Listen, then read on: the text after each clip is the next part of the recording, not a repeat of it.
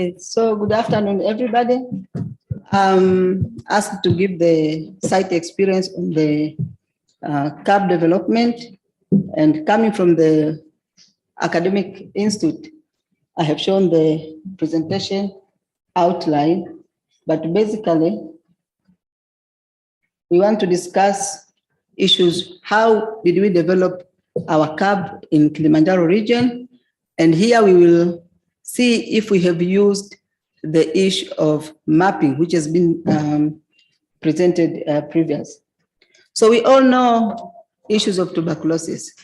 Tuberculosis is a problem, and the other speakers, they have discussed a lot on the tuberculosis, but we thought that the issue of having long time for the therapy, issue of having adverse effect, and also resistance forced the issue of community engagement to be a mandatory. Right now, we know that over 30% of the people who are having TB are not reached. So we have the coverage of 56 to 60% in Kilimanjaro region, whatever we are notifying. So we thought collaborating with stakeholders in terms of community engagement is very important. But coming to knowledge, how did we do it? We thought that research and disease knowledge to the community is very important. This has been a song since morning. And this is because whatever is being investigated, the community will be involved. In the protocol, you have to mention what is your protocol population. You are going to investigate to who? Are these adults? Are these children? Are these pregnant women? And the like. So the issue of community is also emphasized in that aspect.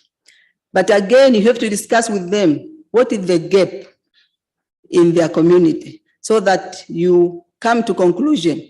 We want to work on TB, but for them, the problem is malaria. The problem is internet. The problem is electricity. So that's it to come together, you discuss and understand what is happening to that community before you engage yourself to the research. So in that case, improve the situation as per recommendation from the community is very important before starting any trial. I don't know if I'm going to the right. Yes. So we thought we should also gather the skills from the community.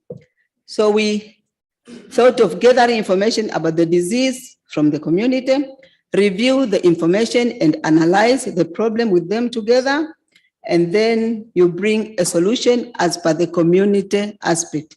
Whatever they are suggesting is very important.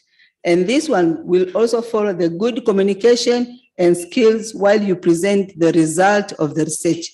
Since you have involved them from the beginning, it is now easy to come back and tell them the result. They then can now give up the solution. That's what we've been doing. So what was the rationale for the best practice in our area? The challenges posed by major chronic diseases have alerted the stakeholders. Health system and policymakers are aware of the essential and complementary role of the community. So it was easy to go back to the stakeholders and engage them in the CAB. We will see how we formulated it. So KCRI has made effective partnership between the communities. We started with them, but again, we thought since we need the knowledge, we have to go to the program officers, education officers, from the regional level to the district level.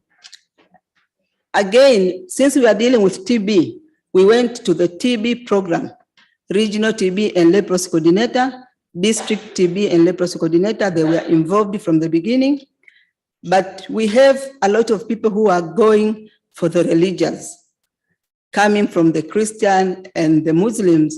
They meet every Sunday and every Friday. So we thought we are also going to advocate in these areas because like one church is having like 800 people. So if you have someone in that area advocating on TB and how it is bringing problem to the community, we thought also is part of the stakeholders. We also thought of community development. We have people who are trained as community. They know how to probe inside and see the problem. If it's a child, what is the problem? If it's the mother, what is the problem? So we thought also we engage these people of the community development as part of our CAB. So what did we consider as key element? Building a network of society, community with multidisciplinary members in every district, but again, understanding the role of the community to influence policymakers, hence bring about changes in TB treatment, guideline, and adoption of the therapies.